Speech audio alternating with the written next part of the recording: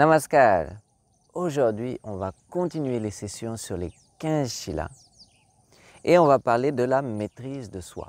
Alors, on va expliquer ce que les yogis entendent par la maîtrise de soi et comment y parvenir. Et pour ce faire, je voudrais vous raconter une illustration fantastique que les textes védiques ont donnée pour comparer l'être humain avec un char. Vous vous rappelez, ces chars du Moyen-Âge, on a le conducteur assis en haut du char, il tient les rênes et les chevaux tirent le char. Les passagers sont en dessous dans la cabine.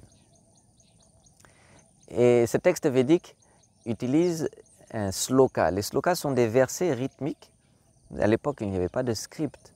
Alors pour passer l'enseignement, c'était un enseignement, passer l'enseignement de l'enseignant à ses pupilles, c'était un enseignement par voie orale. Et pour faciliter la mémorisation de ces enseignements, ils étaient donnés sous forme de versets très rythmiques qu'on appelle sloka. Et ce sloka dit « Atmanang sharinam vidhi, sharirang ratamevatu, buddhistu sharatim vidhi, mana pragrahameva cha ».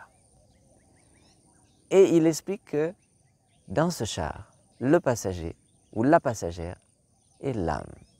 L'âme est inactive, elle est simplement le témoin et regarde le paysage qui défile sous ses yeux, selon là où l'amène le char. Et le char, c'est le corps humain. Maintenant, celui qui tient les rênes, le conducteur, c'est la conscience, le pouvoir de discernement. Les rênes sont les pensées et nous avons 10 chevaux qui tirent le char. Et ces 10 chevaux représentent les 10 indriyas. Indriyas en sanskrit, ça veut dire les 5 organes des sens et les 5 organes moteurs. Donc vous avez pour les sens, nous avons l'odorat, nous avons la vue, nous avons l'ouïe, nous avons le goûter et nous avons le toucher.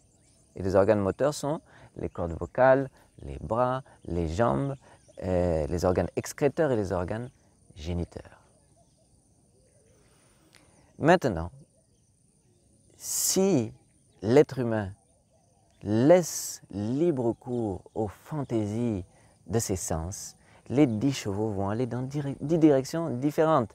Les organes senseurs vont capter les objets de gratification, leurs objets de plaisir, et les organes moteurs vont aller s'acheminer vers là où les sens peuvent effectivement ressentir du plaisir. Et chacun va aller de son côté. L'autre va vouloir aller boire dans l'étang à côté, l'autre va voir une jument et va galoper vers la jument, l'autre va voir un fourrage, va vouloir aller manger, et vous n'aurez aucune direction. C'est-à-dire le char va aller là où il semble bon aux organes des sens et des organes moteurs de l'amener. Mais les organes des sens et des organes moteurs n'ont pas de conscience, donc il n'y aura aucune direction. Et si tant est que ce char aille quelque part, Dieu seul sait où il va. Donc, si l'on veut acheminer ce char vers un lieu qui sera l'épanouissement de ce qui est le plus grand de ce char, c'est-à-dire l'âme, l'épanouissement de l'âme, il faudra que la conscience décide. La conscience décide, elle sait ce qui est bon, ce qui n'est pas bon. C'est pourquoi l'homme est homme, parce qu'il a une conscience, un pouvoir de discernement, et il est capable de faire la part des choses et de prendre ou non la juste direction. Donc la conscience doit pouvoir se manifester et doit pouvoir contrôler les pensées. Et c'est-à-dire les pensées même doivent être aussi fermes, doivent être bien tenues par la conscience, doivent être fermes. Si vous avez des rênes qui sont fragiles, vous aurez beau essayer de guider, les rênes vont casser. Donc les pensées aussi doivent être bien entretenues, doivent être fortes. Hein. Le mental, les fibres et les cellules nerveuses doivent être fortes de manière à ce que les rênes soient solides. Et finalement, vos organes des sens et vos organes moteurs, ces 10 chevaux-là, doivent être aussi bien entretenus, en bonne santé. Vous voyez, les yogis ne parlent jamais de supprimer les désirs, de tuer les organes des sens. Non, non, non. On a besoin de ces organes pour nous acheminer vers la bonne direction. Si on les tue, comment est-ce que le char va bouger encore? Donc on ne parle jamais de supprimer ou de tuer les désirs, mais on parle toujours, dans la philosophie yogi, de canaliser ces organes. Non seulement on ne va pas les tuer, mais au contraire, on va en prendre soin parce qu'on a besoin d'eux. Voilà, on va leur donner la bonne nourriture, on va bien les brosser, on va bien les nettoyer, on va faire en sorte qu'ils soient choyés, qu'ils soient heureux, qu'ils soient bien et qu'ils soient dociles, qu'ils soient bien apprivoisés. Donc quand on parle des 16 points dont on a déjà parlé, il y a 8 points qui sont sur comment bien maintenir son corps physique, comment bien maintenir ses organes de manière, ses chevaux, donc ces 10 chevaux, de manière à ce qu'ils soient en bonne santé. Et finalement, on va les rendre dociles. On va les rendre dociles et quelle va être la technique, la formation que l'on va leur donner pour qu'ils deviennent dociles. Pourquoi on veut les rendre dociles? Encore une fois, hein, c'est pour que le lien entre les chevaux, les pensées et le conducteur soit harmonieux. Soit ils vont devenir un maintenant. Et c'est la conscience qui va décider de où va le char.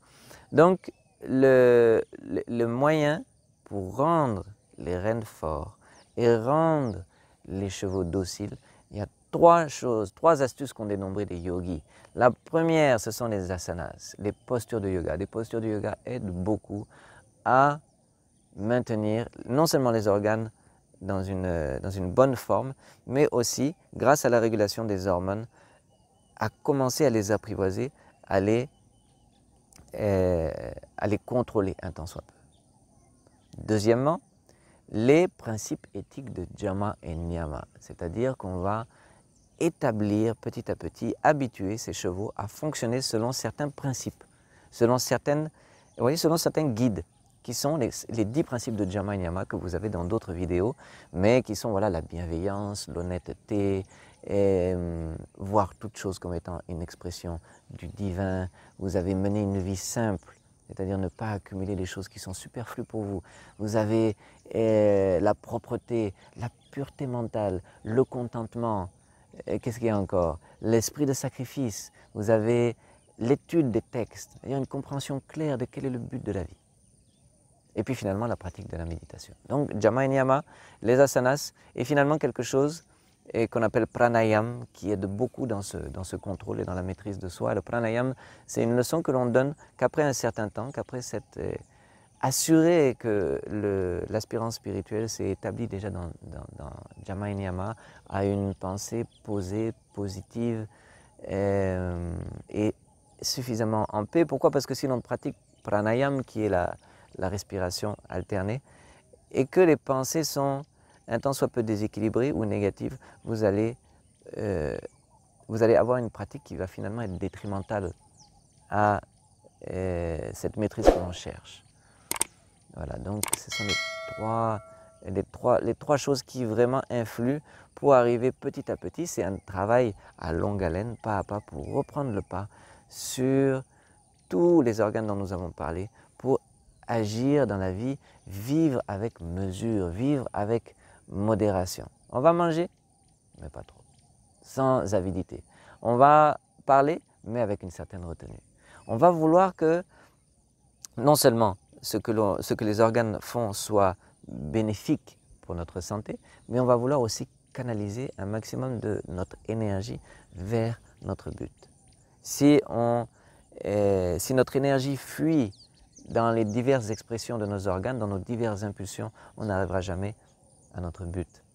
Donc, l'idée des yogis, c'est de prendre soin de ces organes, de les rendre dociles, de les contrôler et d'aller d'un même pas vers le but en question. De vivre dans sa vie, mais de faire la juste utilisation de chaque chose. Et d'ailleurs, la retenue ou la modération, en sanskrit, on parle de sanjama. Sanjama, la définition de sanjama en sanskrit, c'est l'utilisation judicieuse de nos impulsions ou de nos émotions. Donc une fois encore, c'est la juste utilisation des choses, le juste milieu, la modération de tout ce qui constitue notre être, de tout ce que nous a donné cet univers pour fonctionner, pour que d'un même pas, il se dirige vers le but choisi, qui est l'épanouissement final de la conscience. Namaskar. Voilà, pardon. Donc le 5e shila, la définition, la définition du 5e shila, c'est la maîtrise totale de soi. Bonne pratique, bon courage et à très bientôt. Namaskar.